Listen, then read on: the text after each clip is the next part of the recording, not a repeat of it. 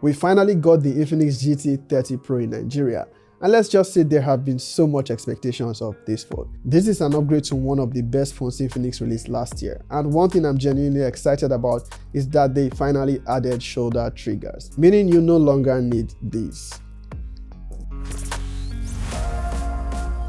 The Infinix GT 30 Pro is the much anticipated upgrade to the GT 20 Pro, which was one of Infinix's best devices from last year. When you look at the specs on paper, Infinix has upgraded the GT 30 Pro in almost every way, from design to display to the processor and the overall user experience, making it a more gaming-focused device. Also, they have added wireless charging. Right off the bat, you can see it's a completely different looking device from the last generation, but it follows the same vision to offer the complete gaming experience in a more affordable package. Kudos to Infinix for being the only manufacturer that actually brings proper gaming phones to this region. The GT 30 Pro is the official gaming phone for PUBG and Mobile Legends. Of course, we are going to have our expectations. It is currently selling for just under $550k in Nigeria. That undercuts the likes of Samsung's A56, Redmi's Note 14 Pro Plus, and the Poco X7 Pro, making it arguably the most affordable mid-range smartphone sporting a processor as powerful as the Dimensity A350 found here. I wish they also brought the GT Expert. That one has a Snapdragon processor. But no sidetracking, let's start with what to expect should you pick up Infinix's latest gaming phone. Now, something to note for those interested, the GT 30 Pro is only available in limited quantity. If you are buying early, there's a good chance you might get this complete package with the extra gaming accessories. That is the cooling fan and mag case. The retail box, I believe, should be just this, which contains more than enough accessories, including a fine matte silicone case, USB-C earphones, and the 45 watts charging brick. Since this is a gaming phone, throughout this review, you are going to see gameplays from Call of Duty Mobile, PUBG Mobile, eFootball, and Delta Force. I'm sure you want to see how well it actually handles 120 FPS gaming as claimed. I'll give details on how it performs through a 2-hour gaming session, so stay tuned for when we get to the gaming part, or you can just keep directly to that if gaming performance is the only thing you wish to see. Now, beyond gaming, the Infinix GT 30 Pro is equipped with a ton of other features that makes it an interesting option whether or not you're a gamer. JBL tuned stereo speakers, Mecha light show with that cyberpunk design, a large 1.5K AMOLED display, capable camera specifications, AI. It's only a matter of whether you will take advantage of all it has to offer. My job though is to tell you how it performs in each of these areas so you can decide if it meets your use case. Now, compared to last year's phone, the GT 30 Pro has more rounded corners, making it more comfortable to hold. The frame also now has a matte finish, and a subtle improvement you might notice is better symmetry on the positioning of the ports at the bottom. If you also look carefully on the right frame, you'll notice the GT triggers, touch-sensitive shoulder buttons for enhanced gaming experience. For the less nerdy ones, these are additional buttons you can remap for your favorite games to carry out different functions, so you don't have to move your fingers across the display so much, allowing you to hold and use the phone in a natural position just like you would hold a controller. This was a feature missing from the GT 20 Pro. I'm glad they listened and added it here.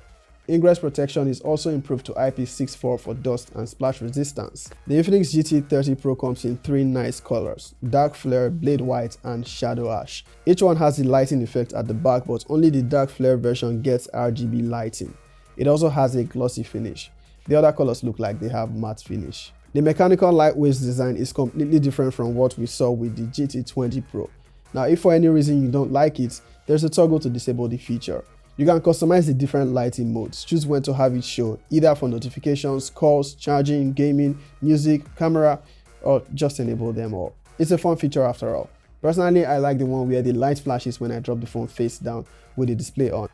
The camera module is now minimal, housing just the main and ultra-wide camera. On the display, we got an upgrade to the resolution, 6.78 inches, 1.5K. It is sharp and vibrant, great for watching videos or consuming content in general. It can reach peak brightness of 4500 nits and 1600 nits in normal mode. The display protection is also upgraded to Gorilla Glass 7i. Fingerprint scanner is optical on the display and it works just fine. With a high refresh rate of 144Hz, everything is mostly smooth. Scrolling, animations, switching between apps. On performance, you really can't fault a device running one of the most powerful chipsets you can find for its price. The MediaTek Dimensity A350 Ultimate is a major upgrade from the A200 we got with the GT 20 Pro. Probably why Infinix decided not to bring the display chip, since this one is capable of reaching 120 FPS on games without it. And yes, the GT 30 Pro does hit 120 FPS on most popular titles that support it: PUBG, Delta Force, CODM, Mobile Legends, and a host of others. For this region, the base configuration has 12 gigs of RAM and 256 gigs of UFS 4 storage, so you have more than enough to handle RAM-hungry games. Now, gaming. Every serious mobile gamer knows you need a cooling fan for the best experience, especially if you'll be doing long sessions. Good thing Infinix added one. On its own though, the GT30 Pro can handle short gaming sessions without going crazy with temperature or throttling the performance. But with the Mag Charge cooler attached, you can play at extreme performance, dedicating all resources to the game and still be able to play for hours. What makes it even better here is the fact that the GT30 Pro supports wireless charging, so once attached you can charge wirelessly while actively cooling. Plus, it also frees up the USB port for your wired earphones since this does not have a headphone jack. Note that you need the magnetic thermal case for the cooling fan to attach. Also, it works best when you use the charging brick that comes in the box. It actually charges faster wirelessly. Now, the X Arena app is Infinix's dedicated gaming hub.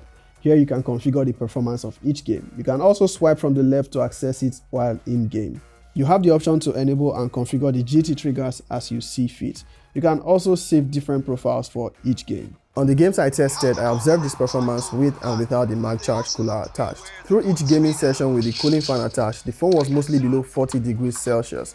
Only with PUBG did it go a bit above with a max temperature of 41 degrees and 42 for Delta Force. For some reason, the FPS app I was using only took long session data for PUBG and a few minutes for Delta Force. But I was still able to observe the stats on the screen during each session. Now, if you don't have a cooling fan, the GT30 Pro can get a bit above 40 degrees depending on how demanding your game is, especially if you are maxing out the setting for high graphics and frame rates.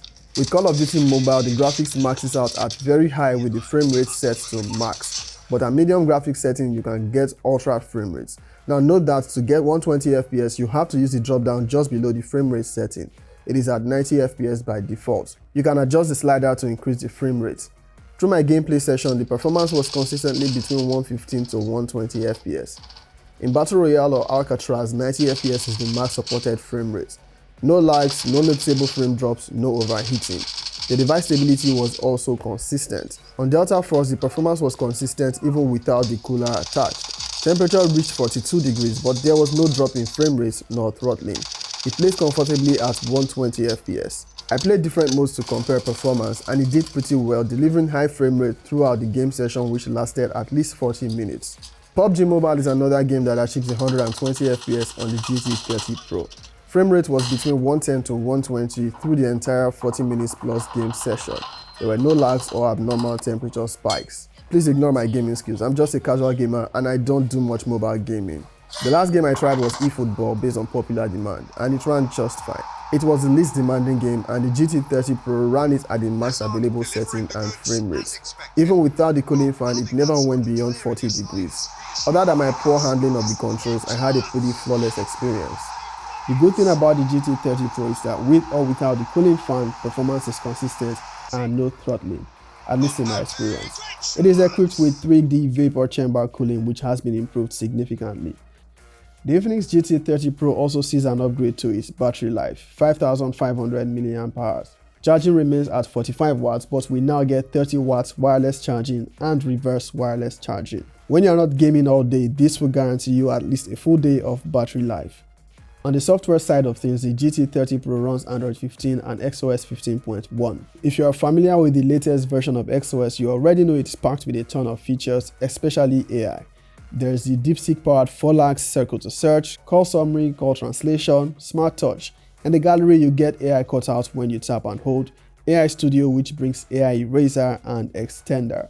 If you like to explore, you can find them all in the dedicated section in the settings app, alongside plenty other customization options. As for software support, I believe this should get at least 2 major OS upgrades. I don't doubt that Infinix will live up to it. The GT20 Pro has already got Android 15. On cameras, while Infinix maintained a 108 megapixel main camera, it does not get the OIS from its predecessor, but we get an ultra-wide camera which the GT20 Pro lacked.